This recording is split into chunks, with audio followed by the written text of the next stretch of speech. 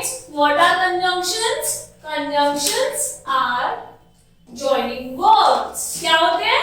Joining words. अब आप joining words से क्या समझते हो? दो सेंटेंस को जो आपस में ज्वाइन करते हैं वर्ड्स, उनको हम कहते हैं conjunctions. अब it is used to join words, phrases और sentences. ये words को ज्वाइन करने में यूज आते हैं, phrases को और sentences को भी. For example, मैं कहूँ I have pen and pencil. तो मैं क्या बोल रही हूँ? मेरे पास पेन भी है और मेरे पास पेंसिल भी है. तो बीच में जो ये एंड लगा और is a conjunction. Okay? Now read the following examples of conjunctions. Underlined words in the sentences are conjunctions. Now let's understand this with the help of examples. We have a car and a scooter. We have a car and a scooter. हमारे पास एक car है और एक scooter है. तो और क्या है? एंड. तो एंड को हम हिंदी में क्या बोलते हैं? और.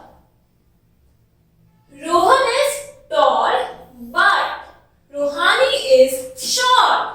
रोहन जो है वो टॉल है but रूहानी जो क्या है वो है स्मॉल. अब इससे क्या मतलब हुआ कि जो रोहन की हाइट है, रोहन जो है वो बड़ा है, पर बट मतलब क्या हुआ? पर रूहानी इज शॉर्ट, रूहानी छोटी है.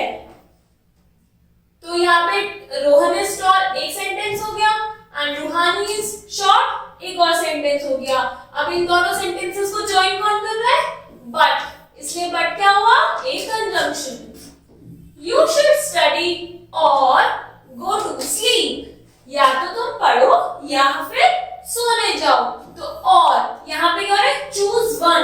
एक को चूज करना है, या तो ये या फिर ये. तो और मीन्स या.